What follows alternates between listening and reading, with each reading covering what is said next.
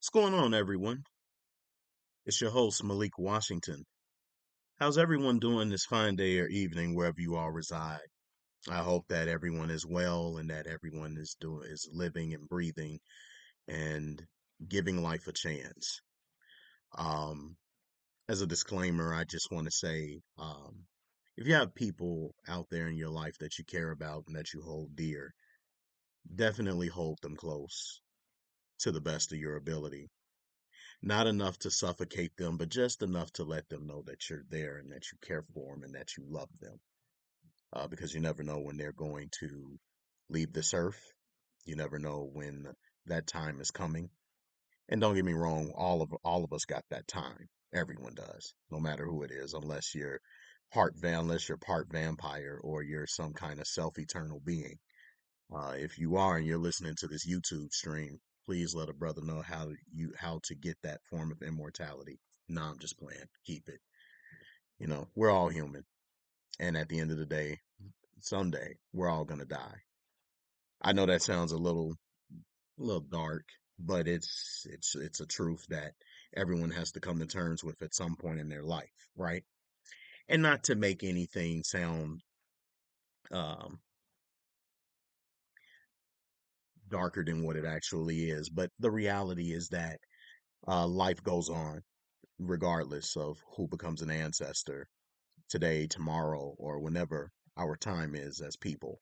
The only thing we can do is hold close to the time that we have in the moment and hope for the best of what comes tomorrow, God willing, for each and every one of our lives. So, for you all out there who may have lost a loved one or is currently in the middle of about to face the loss of a loved one, I pray for you both strength and perseverance to continue onward because despite their life leaving this earth after living for a certain amount of time that God granted or whatever it is you choose to believe, I believe in the higher power, but we'll use God in this reference. But whatever time you're granted by God Himself, hopefully you use it to the best of your ability and you serve the purpose you're supposed to serve while you're here on this planet. That being said, I'm not going to keep you all too long. I don't want to tarry because this is just a very simplistic topic of conversation.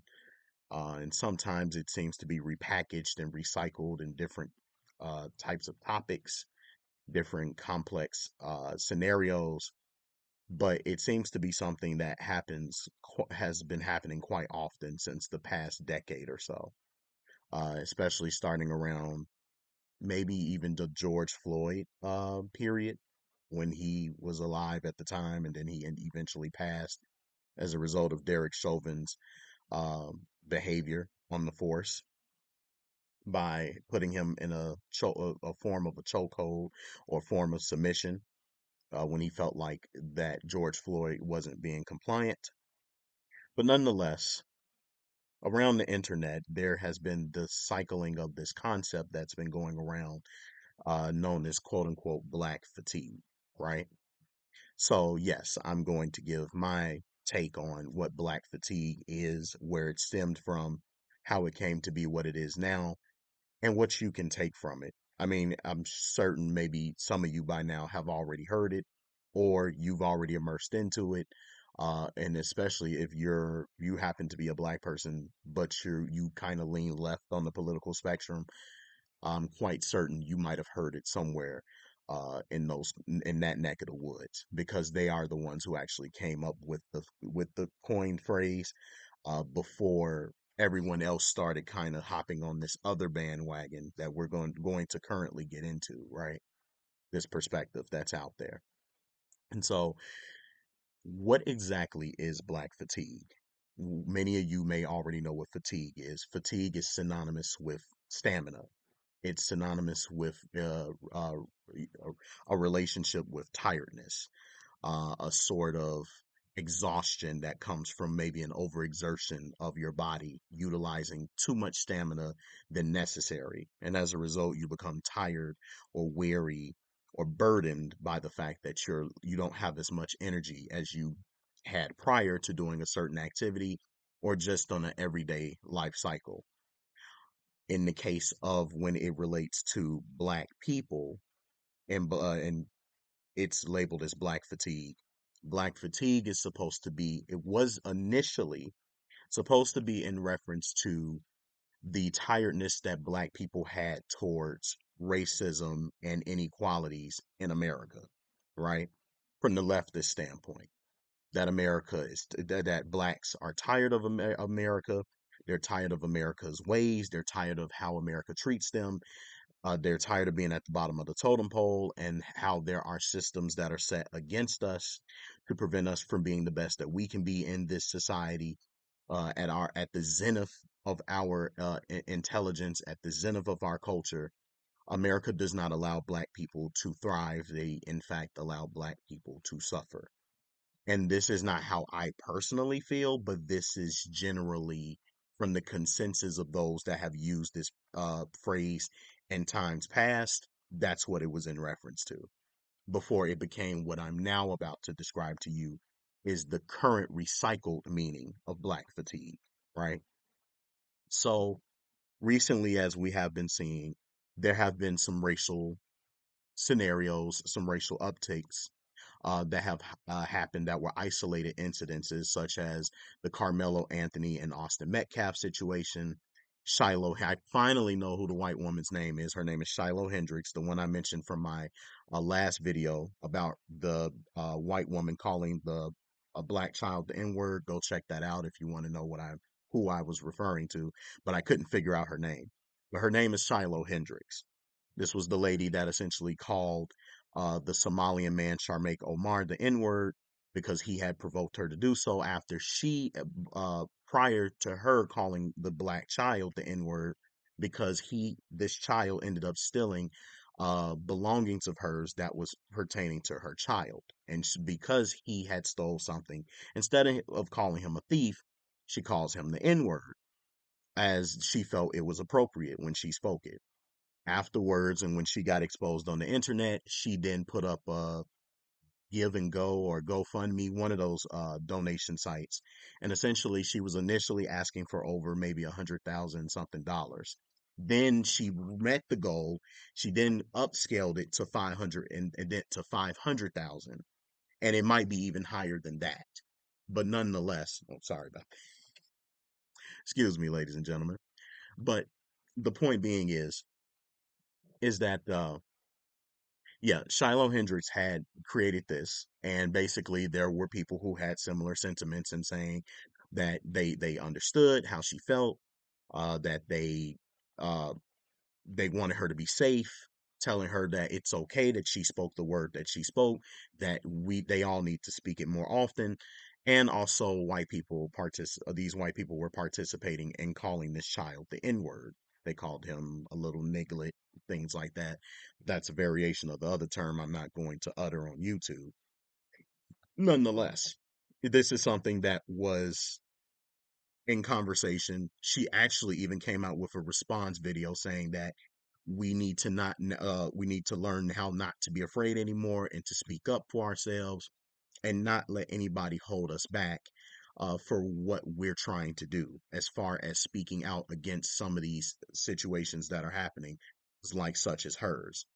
Without trying to sound prejudiced or racist, she's implying that if these situations often come again and again, repetitively, it's time for white people to finally start speaking out.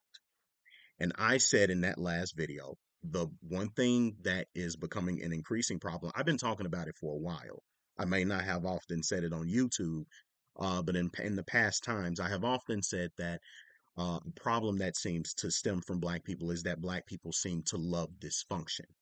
And that dysfunction is starting to exude within our so called culture that resides here in America. Depending on where you grew up in the United States, will kind of determine what you're going to be a byproduct of. And obviously, not every Black person loves dysfunction. But as a collective, we have often been perceived as a people who are uncivilized, who do not like to utilize common sense from time to time for the most basic scenarios related to our encounters with police or even just non-Black people in general. The world has a perception about Black people that is often perpetuated as a result of media, but also us promoting some of those so-called stereotypes through media and then expecting the world to try to understand why we act the way that we act. And the problem that has always stemmed from this is that that so-called representation that we don't want the world to perceive us as, we continue to find rationale and excuses for why these acts should continue to ensue.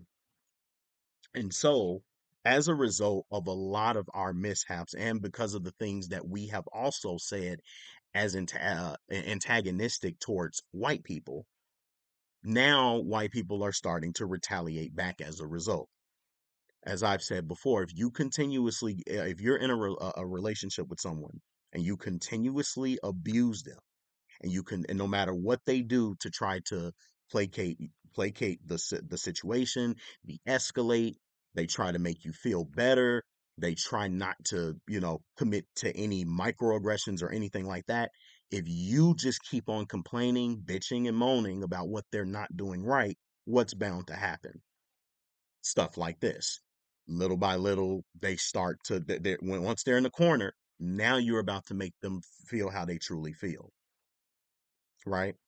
And so black fatigue has become this thing where now they've taken the term that was once utilized by leftist black people. Now they're turning it back against them and saying, you guys are tiresome. You guys are quarrelsome. And we're tired of sitting here having to constantly kiss ass to you all whenever you feel like, just because we interact with you or we criticize you or we say something to you that you don't like, that you feel like it's either a microaggression, it's racist, it's prejudice, it's all these different things. So black fatigue now has become this thing, and there's plenty of videos of people coming out and kind of saying how they really feel, where it started with black people, and some white people I think are participating in this conversation too, where now they're saying that black fatigue is black people as well as whites being tired of the dysfunction that mainstream black people display on a daily basis. You guys should know what I'm referring to if you know quite if you know the videos that are put out here in places like Facebook, Instagram, TikTok, you name it. These people are fighting. There is a high level of single motherhood rates, and these children are out here being riffraff, right? We're dealing with a lot of gang violence, which that's been going on for quite some time. That leads to black on black violence, a conversation a lot of mainstream blacks don't like to have, and so on and so forth.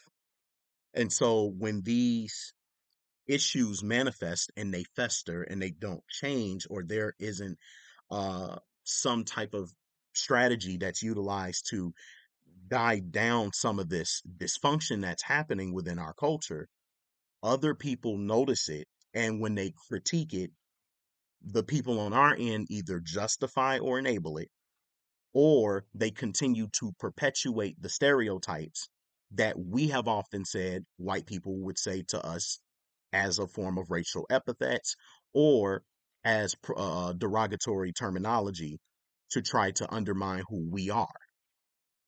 Now, black people come out and they say, we are not like that. There are these people that are on the side of black fatigue that say we are against black dysfunction. They're saying we're not like that. There is a distinction between us and the ignorant black people that want to just remain ignorant. Those ignoramuses have nothing to do with us. And so, of course, there was pushback towards it. And the mainstream black people are saying, you guys are hijacking our term. You're hijacking what we created in relation to the tiredness we have towards America. And what ends up happening? Well, of course, they're going to say that they have white fatigue. They have America fatigue. So now the words start to get rearranged. And this is no different than when the concept of dear white people came out, and that was a thing. When Black Lives Matter came out, and that was a thing. And then what ended up happening as a result? Other people started creating their own movements. Blue Lives Matter. All lives matter. there were counter movements to the main movement. So here we are. And now the same thing is happening yet again with the concept of Black fatigue, where it's now being taken to refer to the Black community, holding them accountable introspectively and saying, Black people are also tired of Black people shit too. Understandably so, based off what we see. So to me, when I look at this conversation, this is what I say to it. Yet again, this is nothing new. Nothing is new under the sun, as the scriptures would denote, right? Black people complaining about Black problems is nothing short of old typical conversations that have once even been had as going back as far as our great grandparents. This is nothing new. It's just a term we've added to basically shorten the broader context of what we're dealing with, which is Black people being tired and ashamed of the dysfunction that is being perpetuated throughout the community. And no one is doing anything about it or willing to even at least address it and say that it's a problem.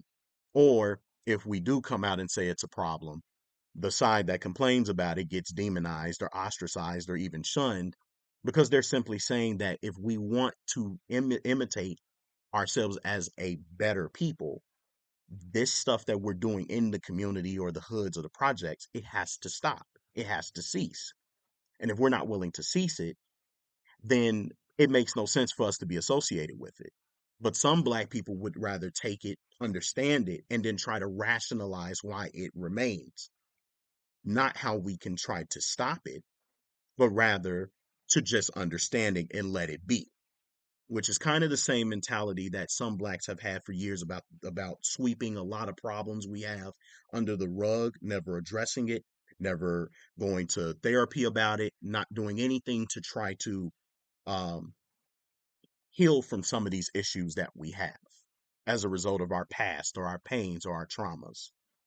And it continues to persist to the point to where now our actions amongst the world is becoming insufferable. And despite the fact that some of non-Black races do face some of the same things Black people do face, our race seems to face it at a more disproportionate rate, which is why it is a problem. Perfect example when we talk about Black on Black crime. Naturally, we're inclined to say often, according to certain statistics, that Black people commit 3 times the national average of crimes, more specifically Black men, right? And of course, the counter to that is, well, there's more white people in society than there are Blacks. So actually, white people commit more crimes than Black people do. But also going by that logic, then that will also have to reflect in the prison systems. If white people do indeed commit more crimes, in certain aspects they do. And I would agree with you on that. But if that's not reflective in the justice system, that more whites commit crimes, then why aren't they put in those prisons in comparison to Black men? We're seeing more Black men in prisons than we are seeing white people, despite you saying white people commit more crimes. So going off of that, despite the fact that we know that white people also kill whites, Hispanics kill Hispanics, these people kill these people. That tautology is true across the board. But what people are arguing is not necessarily about it just being done in and of itself. It's the disproportionate rate of which it escalates to where why is it that your people are doing it more often than everyone else? That's the problem, right? So again, not so much that in and of itself that it's happening, because it happens all across the board. The race of one person is the same as the next, and they're likely to kill each other. Yes, that's true all across the board. The difference is that if it's happening at a rate, and we're contrasting, and when we're talking about statistics, and it's happening at a higher rate than another race, then somebody's going to have something to say and look at that race and wonder what's going on, what's happening. Are these people desensitized to their own deaths? Are they not concerned about it? Is it just another day on the block? And these are things that come into question. And so that is also a crucial point in the conversation surrounding Black fatigue. Now, There was a show I was watching that was on Fox. I forget the brother's name. Well, I know his first name is Isaiah. Some of you may know who I'm talking about, but basically he delved a little bit into black fatigue, and as the conversation was flaring up on media and it was going viral, he invited a little bit of everyone: a Democrat, a Republican, a political analyst, a black therapist who was a woman. But I want to highlight on one particular point that she made in regards to black fatigue. And that was in saying that for these people that are going around saying that they are tired of other black people and they just so happen to be black, she wanted to make one thing clear: that irrespective of how those groups of blacks feel about black people in the community, they're going to have to come to the harsh reality that they're always going to be perceived as just as black, if not more than the other black that's over here, that's over here that they're complaining about. So for as much as they want to separate from the black community and say that they don't do those things, it doesn't matter how you feel about it. White people and other non-black races are going to look at you as just that, just like the person you're complaining about. So it does not matter, and the conversation is moot. And this is something that shouldn't have even gotten as widespread as it should have, to paraphrase. And I guess for me, that's an interesting point to go off of, given that the point of why we try to break a lot of the so-called curses, the so-called chains that our grandparents and them once carried, the lack of education, the single motherhood epidemic, right? The abuse, the increased abuse of physical violence and all these different things in the household, lowering the molestation rates and things like that, because molestation happens a lot in black households and it's not often addressed. It's funny how we do these things because we don't want to be that statistic. We don't want to imitate the demon that continues to be seen by everyone else as a problem. And again, as I said before, it's not so much that you're trying to make changes for the sake of everyone else. You're making changes because you want to elevate yourself to be better than that so-called demon, that so-called curse, that so-called chain or burden that seems to be have carried in your family for a long period of time. Some black people would say would go back as far as the slavery days, despite us not having lived in those times. But we make that juxtaposition to say that this has been passed down and we try to break from it, irrespective of how other people would think of us as black people. Because I know what she was really trying to say. In so many words, to keep it frank, in other words, other non black races are going to always look at you as the N word, regardless if you try to be presentable or not. And honestly, I would like to say to that, I really could give less of a shit how other non-black people think about me as a black person or my blackness. Don't care. The reason being is because if we're trying to be better, and if we claim that we're a people, I'm not saying this, but a lot of you all claim that you're better than white people. You claim that black people are the better races. You claim that black people have made everything before white people did. You claim a lot of different things. And you are entitled to believe how whatever it is you believe, despite how untrue it might actually be. But nonetheless, America gives you the ability to speak your mind, to say what you believe is true. And yet, and still, you guys would rather, because you believe other races will look at you as the N word or as the typical ghetto project Negro, you would rather lay in the filth of your own vomit and swim and dance in it and let people mock you for it, rather than get up out of the vomit, change your ways, clean yourself up, and become less of a spectacle for people to see and watch. You would rather imitate the stereotype and continue the stereotype to just persist and live on, rather than address it and say, this is not who I am as a black person. You see, the problem is, instead of trying to be so quick to say someone is a coon, a Sambo, and all these other uh, stereotypes and archetypes that you use again, caricatures, that's the word I'm looking for, caricatures that you use towards certain black people that don't think like you do about the black community, you could be actually thinking about this and saying, well, maybe there are things about us we do need to alter. It doesn't matter about what everyone else thinks. If I want to be better and I want to do better because I know better, that's what I'm going to do. I don't care about what another race thinks about my kind, because the heart of man is always unchanging, from person to person. A person is either going to truly love you and understand you, or a person is going to truly hate you and want everything bad to happen to you. And a person who's honest is always going to be honest. A person who's dishonest will always be dishonest.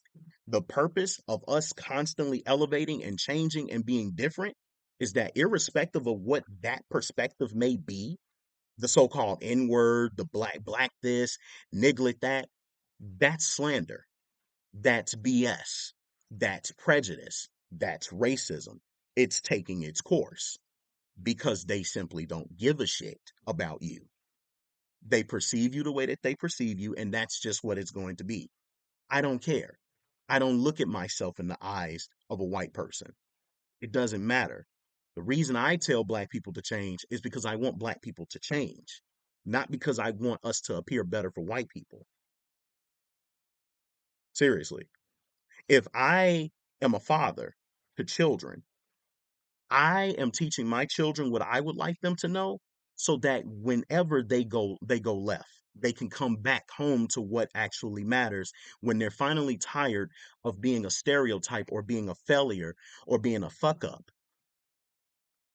I'm not doing it so that it makes society happy. I'm doing it so that it makes their image look better for their own benefit,